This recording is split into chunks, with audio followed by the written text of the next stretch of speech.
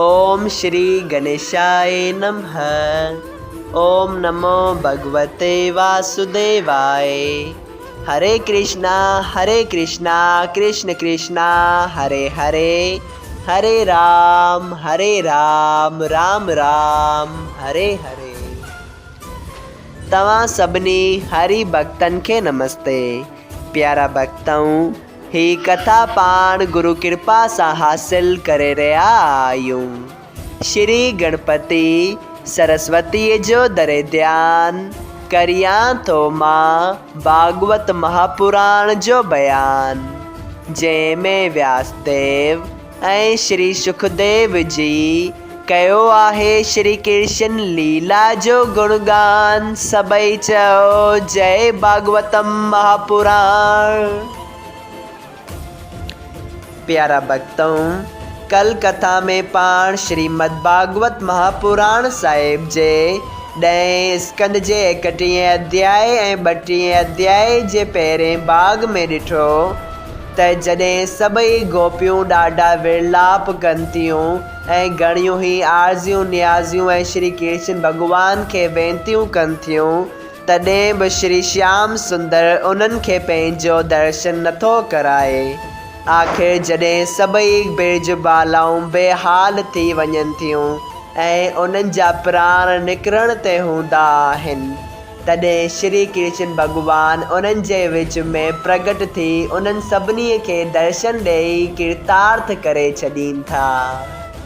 सभई चओ जय श्री कृष्णा।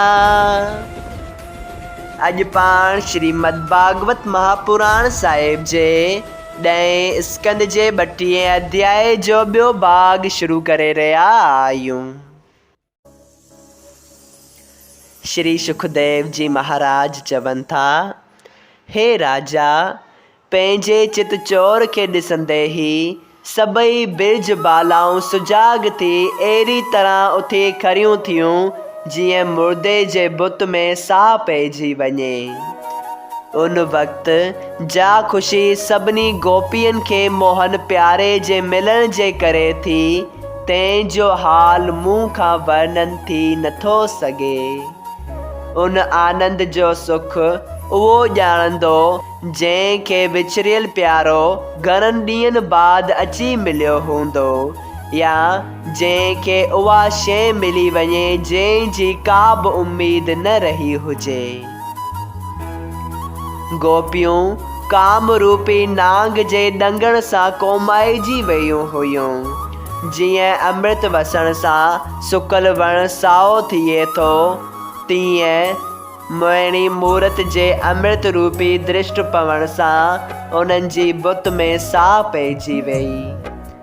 जीअं राति जो कंवल जो गुल कोमाइजी सुबुह वक़्तु सूरज रूपी कुंडल ॾिसंदे ई ख़ुशीअ खां खुली पए, जीअं ॿुॾंदड़ आदमी अजो पाए ख़ुशि थिए, तीअं गोपियूं जे श्री कृष्ण भॻवान जे विछोरे जे समंदर में गोता खाई रहियूं हुयूं से उनखे ॾिसी किनारे लॻी वयूं। चई तरफ़नि खां श्री मोहन प्यारे खे वेरे छॾियाऊं। सभई चओ जय श्री हरि। प्यारा भक्तों, कंहिं वक़्त छा त खूब चयो आहे, तू प्यार का सागर है, तेरी एक बूंद के प्यासे हम।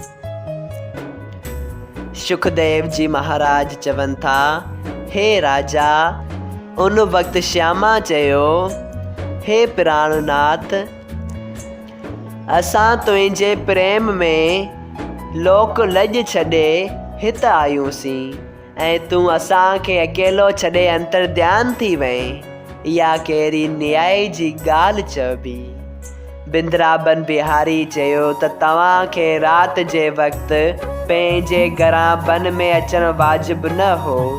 तव्हां घर वेही मुंहिंजो सुमरण ऐं ध्यानु करियो हा त मां बिल्कुलु ख़ुशि थियां हा। ईअं चई मोहन प्यारे राधा खे गले सां लॻाए मिठियूं मिठियूं ॻाल्हियूं करे सभिनी गोपियुनि जो हृदय ठारियो। तॾहिं हिकिड़ी गोपी श्री कृष्ण जे हथ मां कंवल जो गुल खसे वरितो। ॿी गोपी उन जो जूठो पाण प्रेम सां खाई वेई। ॿी बिरजबाला तस्वीर वांगर बि उन जो रूप रस अखियुनि सां पीअण लॻी। हिकिड़ी सखी चयो, तूं घणो ई भॻे, पर हींअर मुंहिंजे हृदय मां ॿाहिरि भॼंदे त मां ॼाणंदसि त तूं ॾाढो ज़बरदस्त आहीं। ॿी बिरजबाला पंहिंजो हथ उन जे कुल्हे ते रखी उन जी सूंहुं ॾिसण लॻी। जॾहिं इहा हालत गोपीअ जी ॾिसी गोपीनाथ उन्हनि खे यमुना किनारे वठी वियो। तॾहिं हिकिड़ी गोपी ॾाढे प्रेम सां पंहिंजी चादर विछाए श्री श्याम सुंदर खे उन ते विहारियो। ॿियूं सभु गोपियूं उन खे अहिड़ी तरह चई पासनि खां वेरे वेठियूं जीअं चंद्रमा जे आस पास तारा रहनि था। ॿी गोपीअ चयो, तूं कपट करे पराओ तन ऐं मन खसे कंहिंजो बि गुण नथो मञी। अॼु मुंहिंजी इच्छा पूरी कर, न त मां प्राण ॾेई छॾींदसि।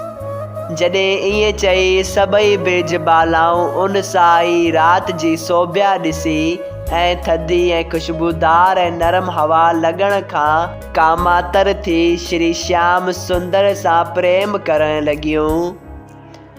तॾहिं वेंकटनाथ अंतर्यामी भक्त हितकारी उन्हनि जी आशा पूरी करण वास्ते जेतिरियूं गोपियूं हुयूं ओतिरा रूप धारण कया। उन वक़्तु सभई गोपियूं श्री कृष्ण भॻवान सां गॾु वेही प्रेम रूपी ॻाल्हियूं उन सां करण लॻियूं। तॾहिं श्याम सुंदर पहिरियां ई बाल लीला जा सुख उन्हनि खे ॾेखारे वरी किशोर अवस्था पंहिंजी करे सभिनी गोपियुनि सां जुदा जुदा गंधर्व विहांउ करे उन्हनि जी मनोकामना पूरी कई। उन वक़्तु ॾाढे आनंद में हिकिड़ी बिरजबाला जंहिं टेॾी अख सां वेठे ॾिठो